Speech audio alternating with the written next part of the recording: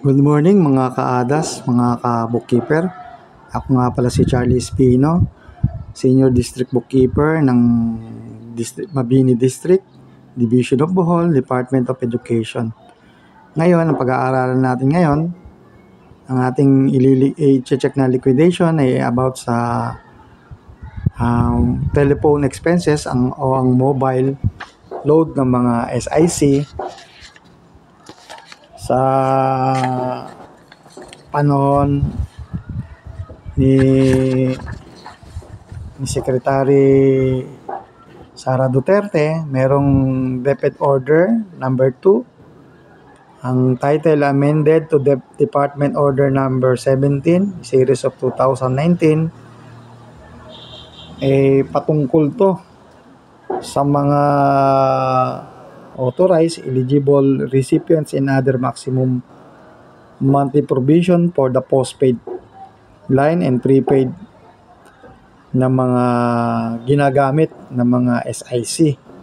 Titignan natin kung kasama nga dito sa DepEd Order number 2 na to, series of 2023, kung kasama ba ang mga SIC o principal ng mga school, kung meron ba silang authority na mag-claim nito. At makikita natin sa susunod na page, nandoon nga yung school head tsaka principal, no? Which is ang maximum pwede nilang i-claim is 1,500. So, ang memorandum order na to ay pinirmahan ni Secretary Duterte o ating Vice President. So, meron talagang department order na makaklaim ang mga SIC sa kanilang telephone expenses na mobile, no? So, simulan natin ang pag-check. Ito nga palang DB number, as I said, no? DB number, kung i-check natin kung tama ba yung DB number sa CDR. Ito nga pala yung CDR, no? Dalawa lang yung kanyang transaction, which is repairs and maintenance, school building, at saka telephone expenses. So, check natin. So, merong mga attachment. Gaya ng sinasabi ko, kami nagre-required ng Xerox o photocopy ng cheque para malaman namin kung tama ba yung in-issue na amount. Kasi usually nagkakamali sila.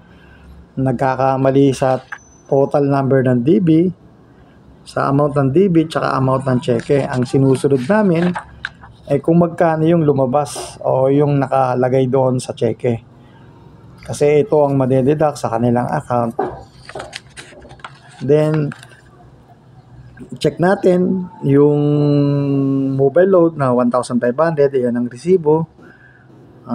O nga pala, dapat ang resibo ng enterprises o ng negosyo ay hindi siya mag-expire. Tignan natin, no? Date issue is February 19. So usually ito ay mag-expire ng 5 years. Pero sa kaso na to, para yatang wala ng expiry, no? Kumpleto siya, 1,500. Ito yung resibo. Ito yung certification ng gumamit ng school in charge na was officially used, no? Ginamit sa kanyang mga pangangailangan na internet o whatever na tawag. So, meron ding attachment na memorandum, as I said, no? Ito yung memorandum. So, ang nire-required lang sa attachment na to ng disbursement voucher ay ang invoice, official receipt, no? Or machine validated SOA. Certification by agency head na or the authorized representative, no?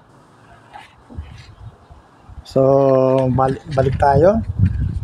So, makikita natin ang disbursement voucher ay kompleto, may amount, At sa accounting entry, meron tayong debit credit, telephone expenses, mobile ang ating debit.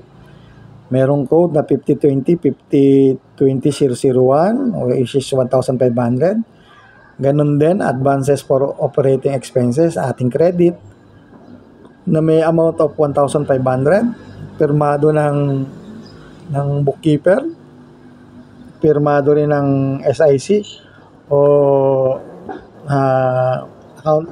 accountable officer, which is banded, no? Na-receive yung cheque.